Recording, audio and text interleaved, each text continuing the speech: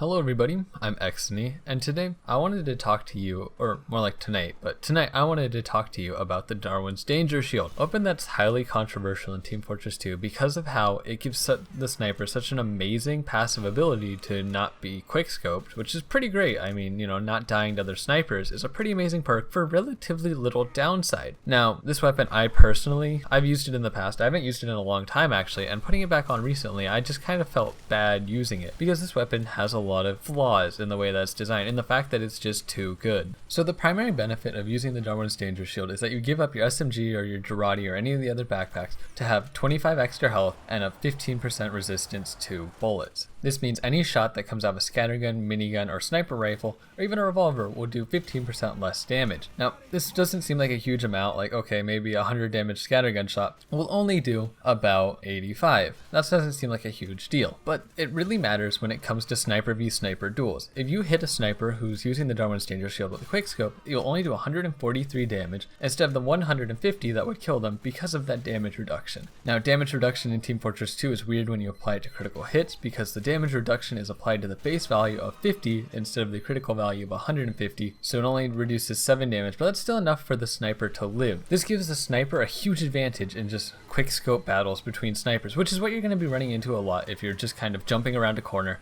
and you see another sniper, you both go scope in to see who gets it. And especially if you're going up against someone who second scopes or something like that. But even in a situation like that, it's incredibly infuriating to go up against because you have beat them in the battle of skill that is required in a sniper v sniper duel. And they have this item that just kind of gives them a get out of jail free card, which just isn't really cool. And you might be like, okay, so you just have to charge it up to beat it. Well, to charge up to beat a sniper who's using this, you need to charge up for maybe half a second to get the kill. But what happens if a medic's also healing them? That means they can be buffed to over 225 health, or to 225 health, not over, to 225 health. To kill a sniper who is this buffed, a 28% charge will do 223 headshot damage against a sniper using the Darwin's Danger Shield, which is just 2 damage less than you need to kill them. So you need to charge up to 29% of the sniper rifle's charge to do 226 damage, killing them even at full overheal. This will take you about 0.957 seconds, which means you're wasting almost a full second of time charging up that shot to kill this one sniper, which is incredibly annoying. It makes the sniper too tanky when compared to other snipers, effectively removing a hard counter that's in the game. But you might say something like, well, why don't you just go soldier because they have an extra 20% damage vulnerability to explosives? Why don't you go demo man? Well, unlike other items that have damage vulnerabilities to explosions like the candy cane, which makes scouts one-shottable by demo man, one pipe will do 125 damage, effectively killing any scout that isn't overhealed, the Darwin's Danger Shield gives the sniper a 20% damage vulnerability, so one pill will do 120 damage, so it'll still take 2 pills to kill him. And because of the 25 health that's granted by the Darwin's Danger Shield to the sniper, it effectively actually gives the sniper 126 health against explosives, because even though you do have a damage vulnerability, the more health offsets it, meaning you actually have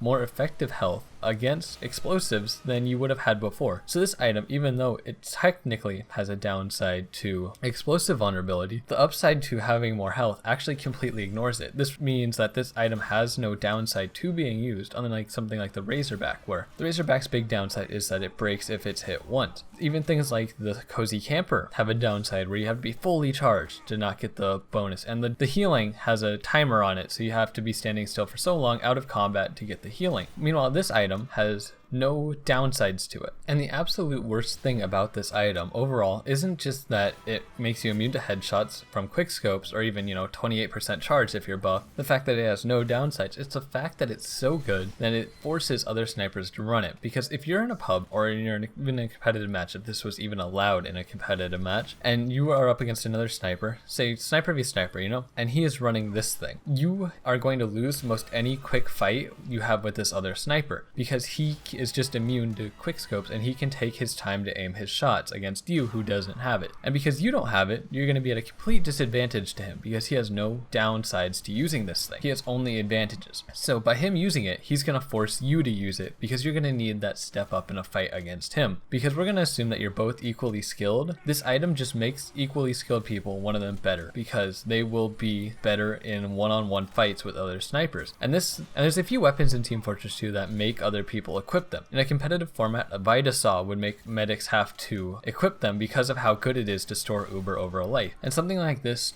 fits into that same category of just being something that has no downsides and something that's so good that it forces the other players to run it against you. It completely takes away class variety because you're not going to be running something like the Durati, you're not going to be running something like the SMG, you're not going to be running any of the other backpacks because you're just going to be using the Razorback because it is just the best and it does just give you a step up against other snipers for no real downside. It could even save your life if a scout is trying to rush you down. So yeah, that's just my thoughts on this weapon. It is really dumb that this weapon exists in the state that it does right now. I wouldn't mind if this weapon only gave you an immunity to quickscope headshots, but any charge above that killed you or something like that. But the damage resistance to the explosives and just the whole extra 25 health, giving you an effective 126 health against explosives, is really poorly designed because that gives it no downsides and it forces players to have to run it to counter it. There's no other way to get around this item. And that's all I really have to say today. I hope you have a great day, hope you enjoy this. It's like midnight right now, but peace out.